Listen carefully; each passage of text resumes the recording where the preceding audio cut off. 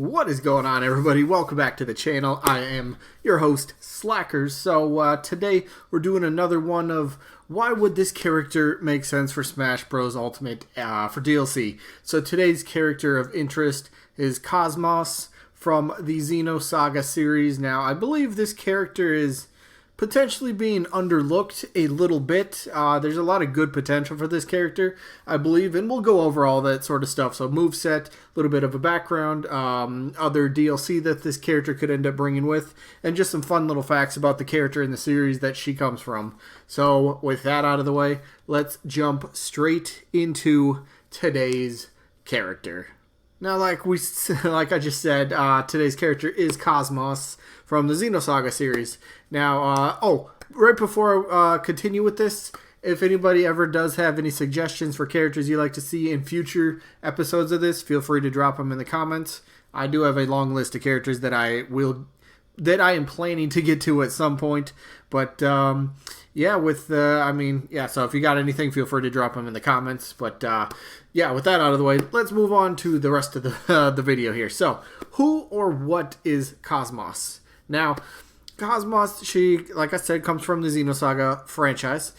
She is an armored female android from, that series, that franchise, which happens to be a role-playing game, which happens to also be made by Bandai Namco. Now, two big things about that, right?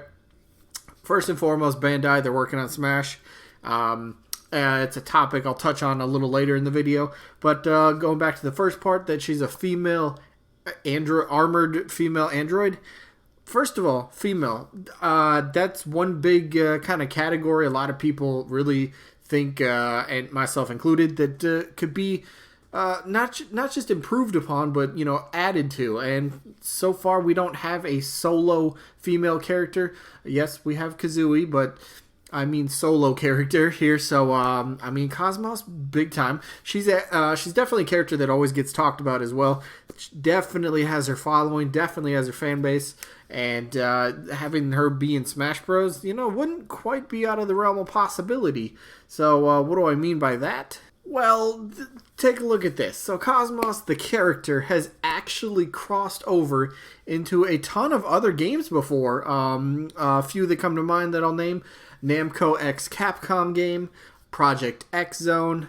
She had a cameo in the Tales of Hearts game, and even recently with the Xenoblade Chronicles 2, being a character in that, and that was pretty big. So she's already crossed over into a Nintendo game, which is pretty awesome. So, crossing over into Smash Bros. Really isn't something that's out of the realm of possibility, and kind of just kind of fits what this character she can do. She comes over, she does what she wants. She's in other franchises. Of course, Project X Zone, Namco x Capcom, that's all like Bandai, and Tales of, that's all Bandai Namco franchises. So she's essentially staying in the same company, but she's still crossing over into other sort of franchises, which is very cool. So, isn't that what Smash Bros. Is kind of pretty much becoming these days? A big time crossover with all these first party and now third parties that we're getting. She's already been in one Nintendo game. Maybe she gets to be a part of another one. We don't know. There's definitely a lot of potential here. Definitely a lot of potential, and she'd just be an all-around great character. Let's be honest. All-around great character. So now let's dive into the moveset potential here just a little bit. So if you don't know anything about her, I'm going to kind of compare her to Samus, the armored suit Samus, just a little bit here.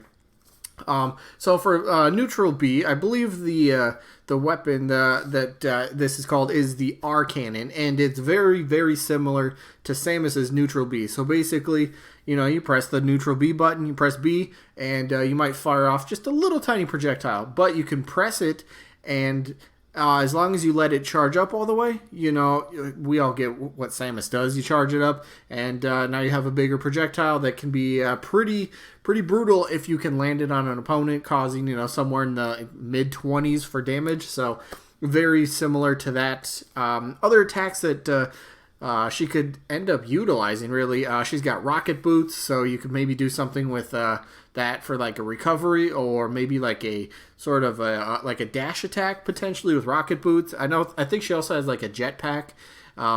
I believe so. So you could use that for a a recovery up B move. She also has a scythe, would be pretty cool for maybe that could be like a smash attack potentially. With the scythe, that'd be. I mean, scythe's a pretty cool weapon. Do we really have a scythe in the game? A scythe user?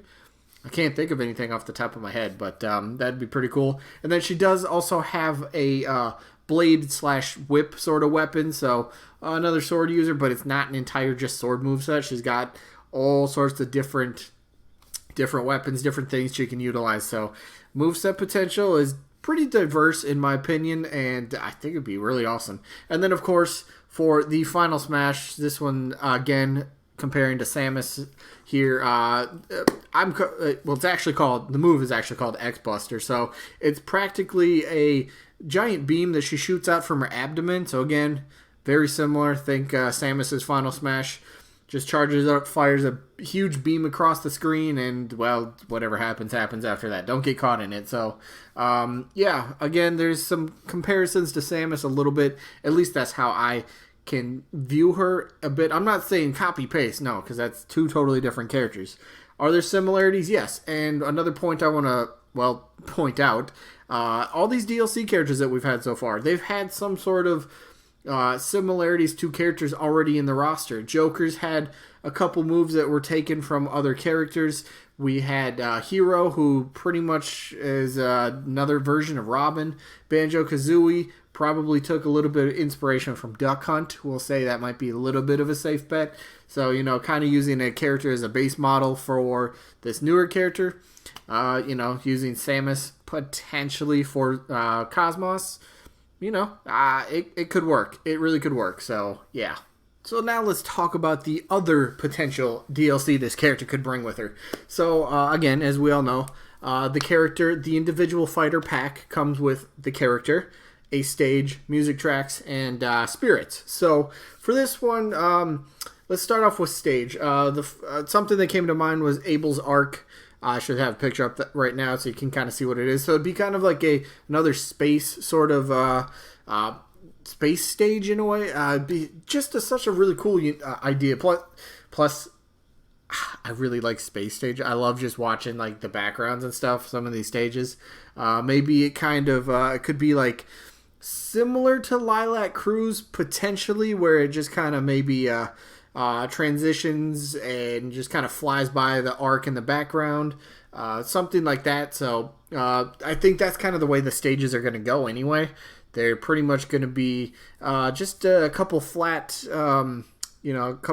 spots on a stage, and then it's just going to kind of maybe transform. I mean, look at Mementos. That was practically a battlefield type stage, and then just walls kind of move in, from left, right, up and down, that sort of stuff. And then the Dragon Quest, that's practically another battlefield-ish stage with another platform coming in from the left and right at certain times. So something simple with a lot of kind of just, flybys and just kind of, a tour, so to speak, for the actual Abel's Arc. I guess that could kind of make a little bit sense. But let's talk about music now. A few music tracks that pop into my head. Fatal Fight. Let's see, what else? Testament. Of course, Battling KOS-MOS. I mean, if you don't have that, if you don't have that for KOS-MOS, then you're doing the music tracks wrong. But and another music track, Last Battle. If you want to look up any of those, there's the name of the tracks. Look them up. Tell me what you think. But for spirits now, just a few characters that pop up into my head for from the Xenosaga series. I don't know how to actually pronounce this first character. Is it Telos or Telos? I'm gonna call him Sorry, not him. Call her Telos. That's what I'm going to go with. Again, another similarity that I'm saying to Samus, actually, for both these two. So, Telos is kind of like a sort of a darker version of KOS-MOS in a way. So, you could have, it could be like a Dark Samus fight, for the Spirit Board. Makes a little bit of sense. You could actually have the X Buster, sort of the weapon itself, and the fight would be where you just fight Samus, and Samus always has like a final smash, so something for there. Other characters though, you could use Doctus, that comes to mind, and then this is the same character, so it's Chaos or I think used to be known as Yeshua. I think that's how you pronounce it. So those are just a couple the other spirits that potentially come to mind for, well, KOS-MOS in this situation. And now the last little bit of info that I want to go over.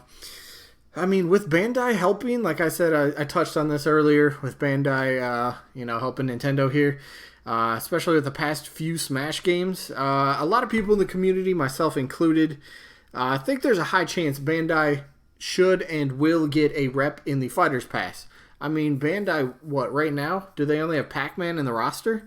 So is that kind of weird that Bandai's only character in the roster for playable characters is Pac-Man? Is that a little weird? So maybe a little bit of a way of Nintendo to say thank you to Bandai for helping them create this game. Potentially, that could be a thing.